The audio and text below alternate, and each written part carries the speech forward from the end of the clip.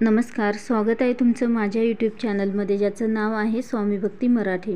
मित्रांनो, 25 जून 2024 वार मंगळवार, तर या दिवशी आलेली आहे संकष्ट चतुर्थी आणि याच दिवशी अंगारकी पण आहे।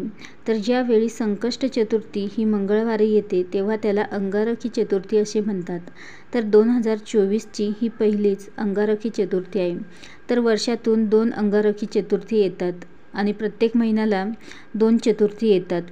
तर जी कृष्ण पक्षामध्ये असते तिला संकष्ट चतुर्थी म्हणतात आणि जी शुक्ल पक्षामध्ये असते तर तिला विनायक चतुर्थी म्हणतात।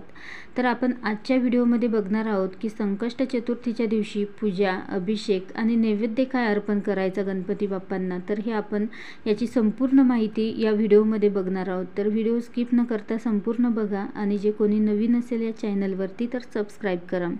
तर संकष्ट चतुर्थी हा दिवस गणपती बाप्पांचा अतिशय महत्त्वाचा दिवस मानला जातो। तर या दिवशी गणपती बाप्पांची आराधना, पूजा करण्याचा महत्त्वाचा दिवस हा असतो।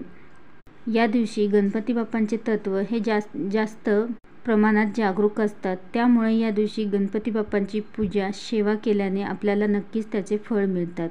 तर 25 जूनला गणपती बाप्पांची पूजा केल्याने कुंडलीतील जे काही दोष असतील तर ते नष्ट होतात। गणपती बाप्पा हे विघ्नहर्ता आहे, बुद्धीची देवता आहे आणि आपण अंगारक चतुर्थीचे व्रत केले तर आपल्याला 12 चतुर्थींचे फळ मिळते। ज्यांना नव्याने चतुर्थी धरायची असेल तर त्यांनी या अंगारकी चतुर्थीपासून सुरुवात करू शकता किंवा ज्यांची सुटली असेल मधी तर त्यांनीही या अंगारकी चतुर्थीपासून परत नव्याने सुरुवात करू शकता। तर संकष्ट चतुर्थीच्या दिवशी सकाळी लवकर उठायचं आहे। प्रथम एक दिवा प्रज्वलित करायचा आहे।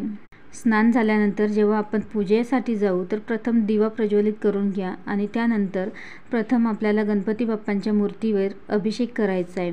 तर अभिषेक करताना 11 वेळा गणपती अथर्वशीर्षाचे पठण करायचे आहे। तर पाण्याने किंवा दुधानेही तुम्ही अभिषेक करू शकता। तर यासाठी तुम्ही अभिषेक पात्राचाही वापर करू शकता। तर गणपती अथर्वशीर्षाचे तुम्हाला पठण करणं शक्य नसेल तर तुम्ही श्रवण केले तरीही चालेल किंवा ओम गण गणपतये नमो नमः या मंत्राचा जप करतही तुम्ही अभिषेक करू शकता। तर या मंत्राचा 108 वेळा जप करायचा आहे आणि अभिषेक करायचा आहे।